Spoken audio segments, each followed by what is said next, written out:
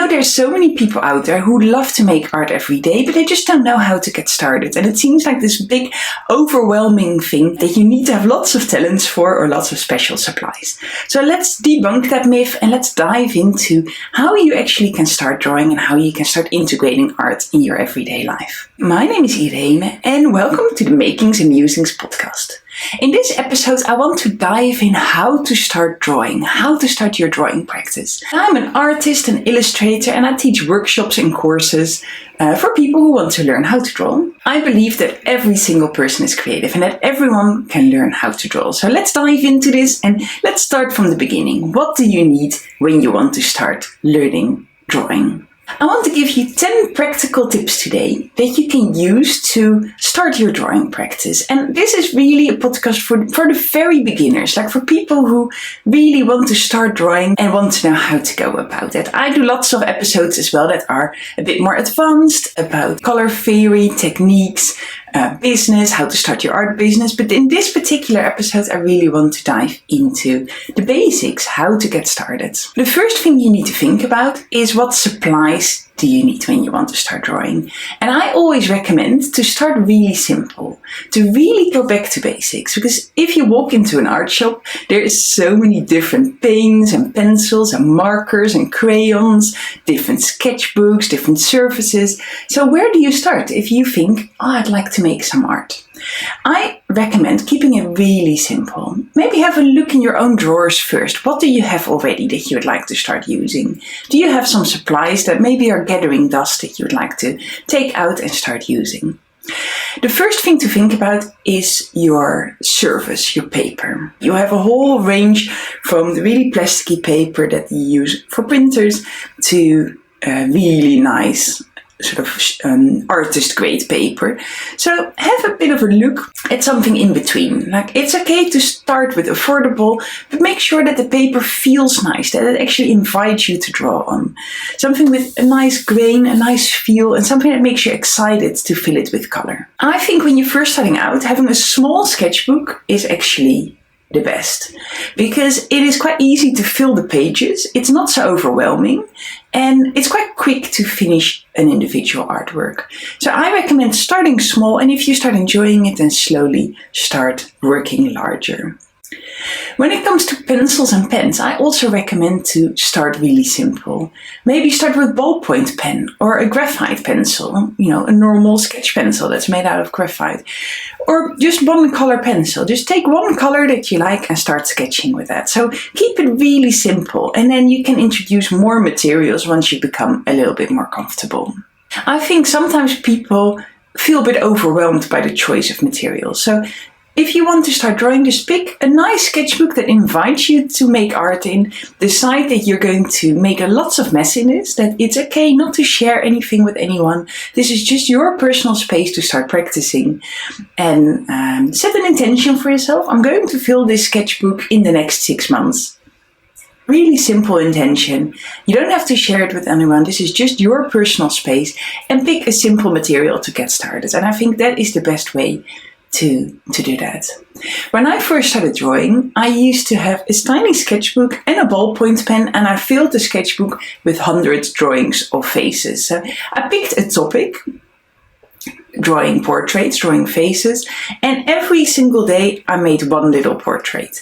And I know that was quite dedicated to draw every single day immediately from the start, but it was a really great way to build momentum and to get started and to build enthusiasm, and also to show the progress, because the portraits from day one were very different from the portraits on day 30, where I had lots of practice and I felt much more comfortable to do so. So I think setting yourself a challenge is a really great way to really dive into a subject and to really engross yourself in a topic.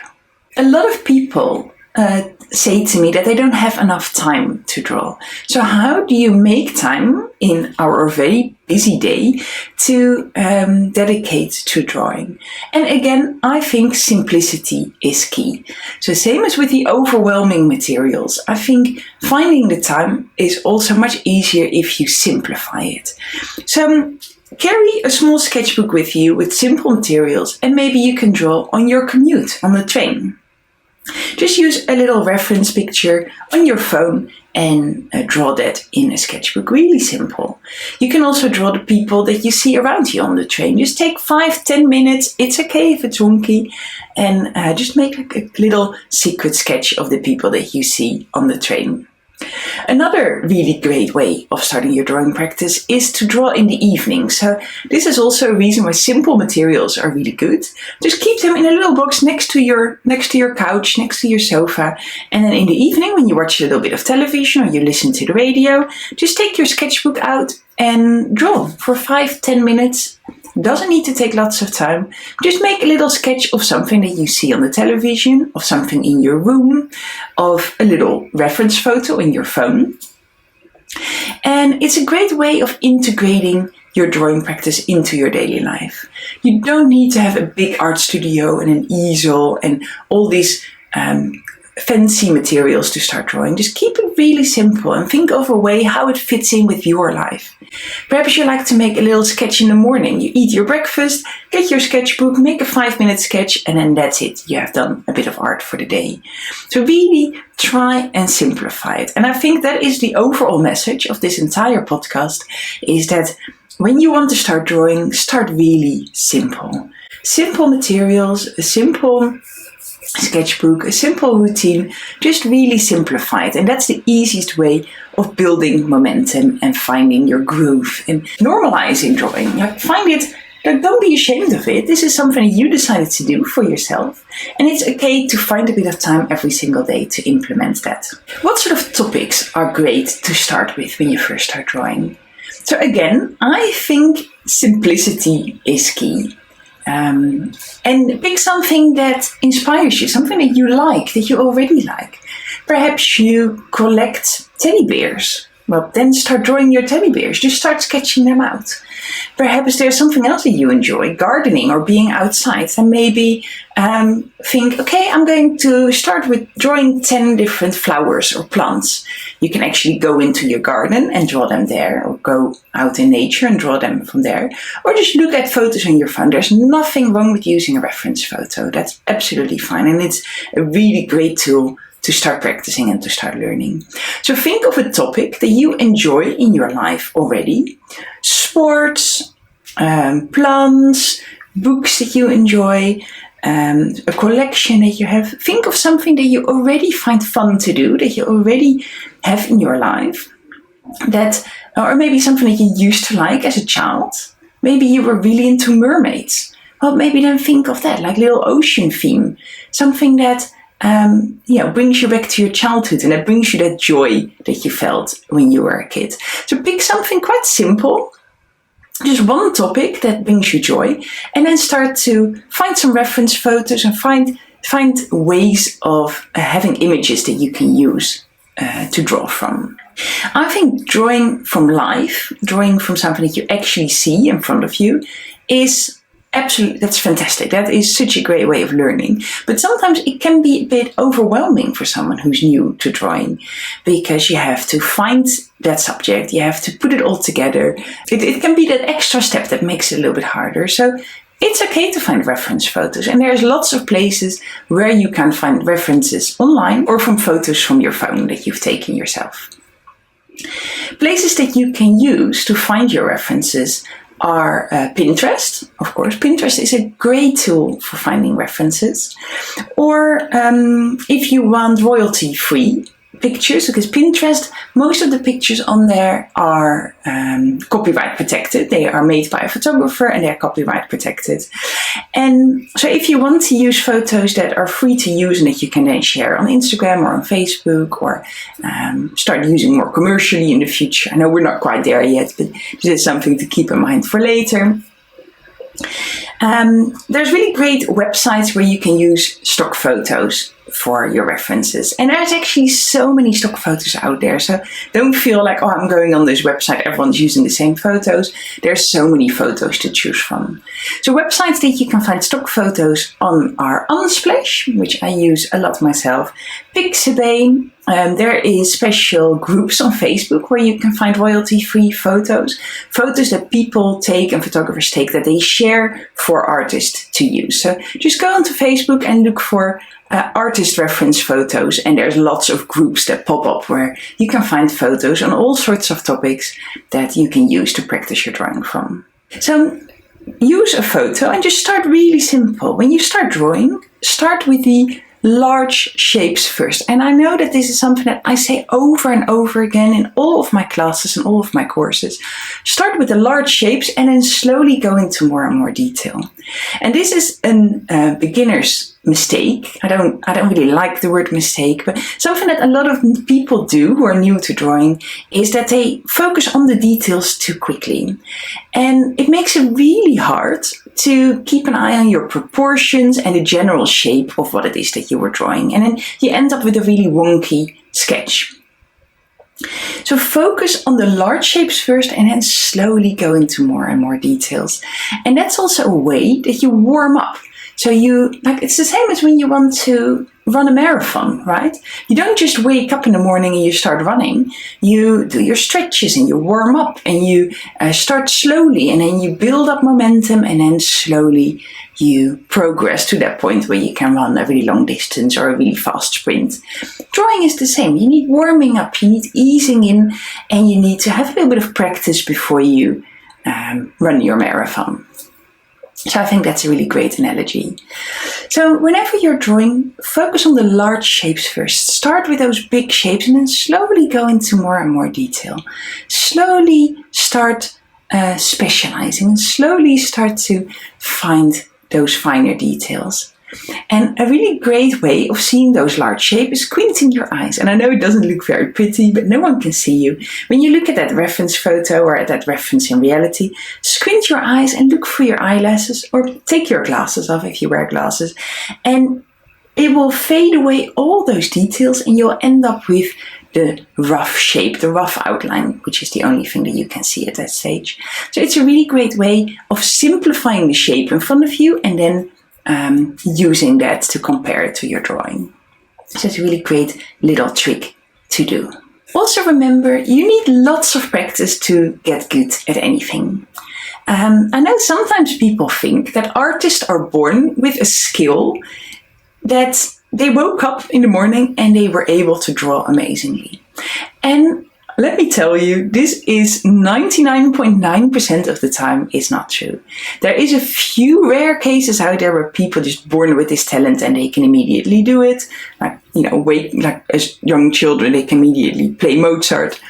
Most of us are not like that. It takes practice, it takes building up momentum, drawing regularly that helps you get better at drawing. If I look at my own drawings from 10 years ago, I used to feel a bit embarrassed, but I don't anymore because it's such a great example of how much I've learned in those 10 years and how far I've come. And the way that I've learned is by practicing every single day. But if you cannot do every day, then at least regularly. Practice often and it really helps you develop that skill. When you draw, you have a picture and you have your own drawing, but in between those things is a lot of steps. And one is to visualize. You have to visualize what you want to draw. Then you have to sort of transport that visualization to your hand and be able to do the movements and be able to make those strokes with your brush or your pen or whatever you're doing with. And there's a lot of little parts of communication that happen into that process, from seeing a picture to visualizing what it's going to look like on your page, to translating that into movement, and then to actually know what the art materials do and how much pressure to put on your pen, or how quickly to make the strokes, or all these things. They take practice, and that's absolutely okay. It's fun to learn, it's fun to practice, and it's fun to learn a new skill. I always recommend people who are new to start in a sketchbook, because a sketchbook is a really great way to collect all your artwork in one place and to keep seeing your progress as well. And I know that when you go on Instagram or YouTube, you see these sketchbookers who have really beautifully curated sketchbooks that just look like artworks in themselves. And that can put the bar to create a sketchbook really high. A sketchbook doesn't have to be like that. I will share some of the images from my sketchbook whilst sort of in this podcast if you watch the video. And you can see that I use my sketchbook as a place to practice and to be loose and to be messy. And most of the time I don't use these sketches for anything. A lot of the greater artists, a lot of the big artists that are famous from, like historical artists, they used to keep a lot of sketchbooks too. They used to draw the world around them and sketch it out and make wonky, messy, ugly sketches in order to learn and to practice. And sometimes there is this idea that someone like Rembrandt only made completed, beautiful, realistic paintings. Behind that painting, like that practice, is maybe 15 sketchbooks with doodles and like sketches and drawings and like all that messy work that is behind the scenes that you don't see in that finished image. And that's the same for sketchbook artists on YouTube or on Instagram that show you these really beautifully curated sketchbooks. That is often the result of years of work, and they often keep a messy sketchbook as well. So they have a sketchbook for loose sketches and drawings and inspiration, and then they use those sketches to create a curated painting in a different sketchbook. So actually that nicely curated sketchbook is their finished artwork, as if you would work on a canvas. So that is something that you might not realize. That is really important to keep in mind. That's not their practice sketchbook. That's not their doodle sketchbook. That's their finished art piece. I think things like when you first start out, you just need to have joy in what you're doing. There's a lot of theory, like color theory, like 2-point perspective, 3-point perspective, finishing points. There's a lot of these things in drawings that are really interesting and really fun to learn. They can really help you make your art better. But I think when you first start out, forget about all these things, like creating a grid on your page to create the perfect proportions. All these things are really great for the next steps. Once you've built up a bit of momentum and you become more comfortable using your materials and just making marks on the paper, once you have reached that point, it is good to start thinking about these techniques like finishing points and proportions and perspective. So at first, when you first start out, just draw a lot and make lots of wonky, messy drawings and become comfortable with making marks on the paper. For a lot of people, just making a stain on the paper, just making that first line is already a really hard thing to do. It's something that they find scary to do. So make yourself comfortable with that. Make yourself comfortable with creating marks on the paper by putting something down. And I think once you have reached a comfortable level with that, you can start thinking about like all these theories that make your drawings more realistic or better. I also really want to emphasize that a realistic drawing is not the only way to make art. And drawing realistically is something that will come with practice. But it's not the only valid art form, not the only valid way of making a painting or a drawing. And actually, when I look at the art that I enjoy, that I like seeing, it is often things that an artist put a lot of their own personality in, or things that are not necessarily super realistic, but that really evoke a lot of emotion. If I think of children's books that I liked when I was young, these are often characters that are not drawn out super realistically, but that have a bit of wonkiness to them, or a specific material that is used to make those illustrations that just sparks joy.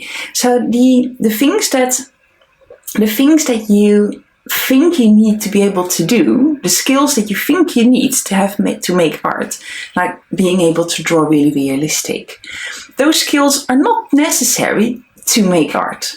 They are necessary to make a realistic drawing, but they are not necessarily to make art.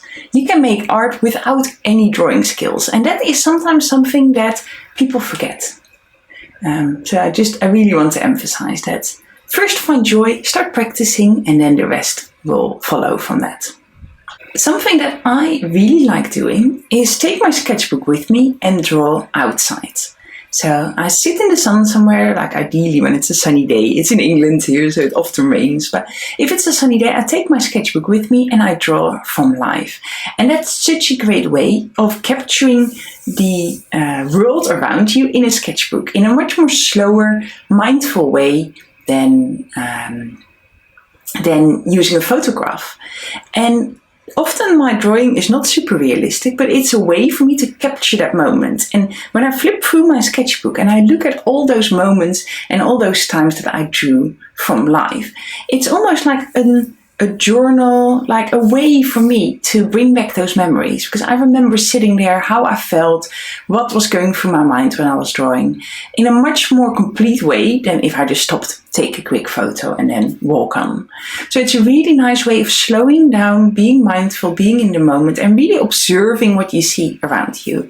So if that's something that sounds appealing to you, consider getting a small sketchbook, a few pens, like a really small box of things that you can carry around everywhere. And then if you have to wait a few moments for a bus or for someone to arrive at a meeting, or like for these sort of moments when you're otherwise just scrolling on your phone, consider making a little sketch. 5 minutes is enough. And it's a really great way of integrating art into your daily life. I think I'm going to wrap up this podcast. I really hope you enjoyed it. This is quite a rant on me on the joy of starting a drawing practice, and I really hope that you feel inspired to start doing this. If you want to start drawing and you don't know where to start, reach out to me. I have an online community where you can draw every week with me on Zoom, so it's a really great way of starting this drawing practice. I teach lots of painting and drawing classes and using different art materials, and there's lots of inspiration materials in my community as well. So consider having a look there if this is something that you want to do. Follow me on Instagram. You can find me there as Makings and Musings. I will record more podcasts on the topics of drawings and giving you inspiration. So let me know what you think. And I really love to see you online and perhaps in one of my classes. My name is Irene and I really love talking to you, so I'll see you soon. Bye!